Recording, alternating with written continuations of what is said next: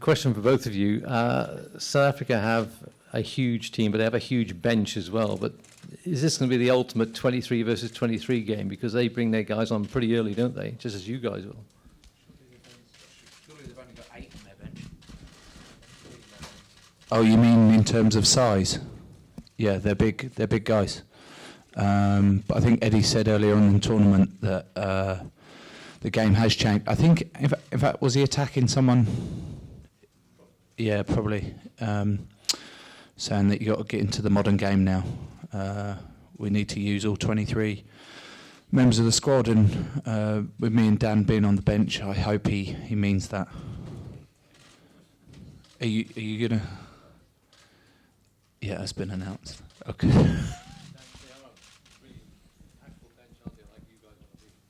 Yeah, certainly. I think South Africa, all their bench have the ability to start for them. So there's no drop off, and I think you probably actually look similar to us. We try and lift the tempo of the game with our bench players, as do they. So yeah, it'll be a good. Well, as you say, it'll be a 23-man game. We're renowned for lifting the tempo. Joe, is it fair to say when you came out of retirement, it was for this weekend? I suppose that this was the main reason. Excuse me, what's your name? We've spoken before, haven't we? Ian? Just hold it. What was it? Your name? Charlie. Hi, Charlie. Was it for this weekend? Yeah, I guess so. It was for the opportunity to be part of this and be part of something special. And we've got one more game to go to try and make that come true. But also, whatever happens, me coming back was also to try and enjoy it again and give it another crack and approach it with a sort of different mindset. And so I look back on it as one of the best times I've had playing rugby. Any other questions? Perfect. Oh, sorry, one at the back. Yep.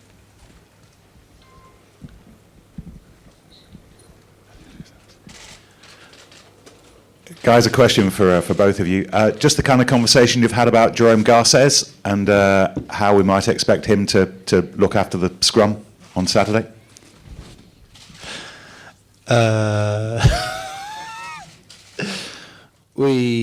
In fact, me and Dan went to Team Lab, Borderless Visual Arts Museum the other day, and he wasn't there, was he?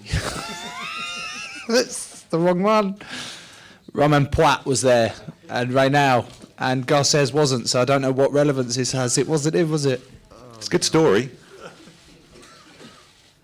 They watched Dan go down a children's slide. It was a weird experience. In all seriousness, Garces, top quality referee, but more often than not likes to play the ball away from scrums. So it'll be interesting, being a big game, being the final, whether he sort of changes his ways a bit there and looks to go harder there. We'll see. And can I ask you, if you weren't doing what you're doing on Saturday, what you would have been doing back home, where you would have planned to watch the final? Do Quins have a game? Do we ever get? You don't care, do you? Yeah, I'd probably be getting breakfast ready, getting ready to full kit, socks, shorts, to watch the final. But luckily, I'm not. So yeah, that's what I'd have been doing. Thank you. Joe, just wondering about the dramatic change in your emotions. You were back with your club, Harlequins, before the quarterfinals in the last World Cup, which was not the way it was planned. Just from there to where you are now, could you give us an insight of that sort of ride?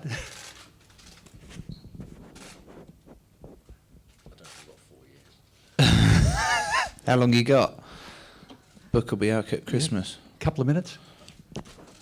I remember seeing your face back with the club team with James Hall and the boys, and Scotland were training for the quarterfinal. Yeah. And I remember just looking at the desolation Yeah, it was awful. Thanks for bringing that back up. At a week that I'm meant to be enjoying myself, but I appreciate it. What was your name again? Gordon. Gordon.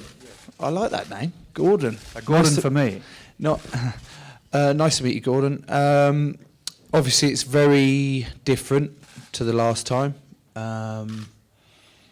So yeah, I was sad then, and I'm happy now. It's not really a great insight, but I can't give you a lot more. Thanks, Gordon. Okay.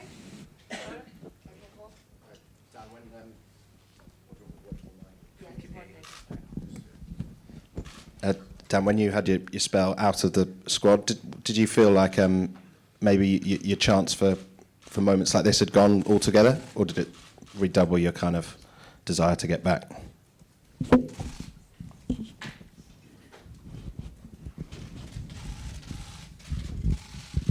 Thanks for the question. Can you let go of the mic?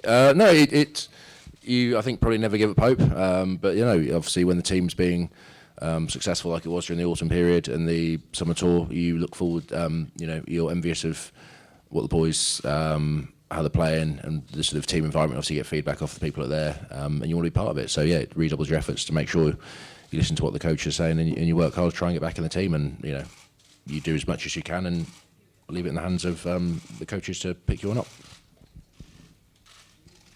Sorry, there's one right at the back. Can't bloody hear with all the cameras. Andy, you having a laugh? Have a day off. Turn it off. He's waving at you, that man there. Hello. Thank you. Camera as well. Just a question for Dane. Does Joe is like that every day, and how does it help the team to spend the perfect Help the team. Yes. Sorry, how it helps just for the making team. sure that's yeah, he's like this most of the time.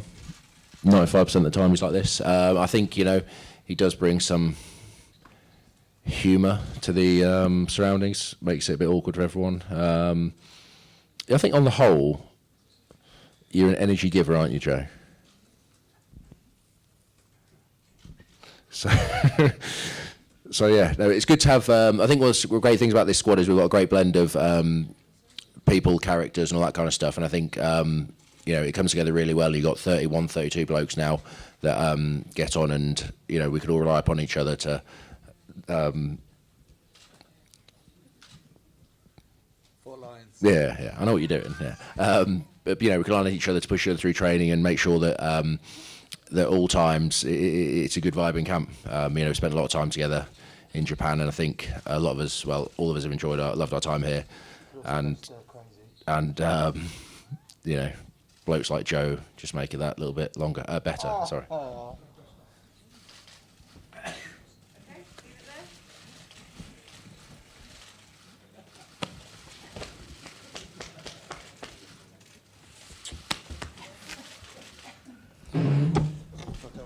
Thank you.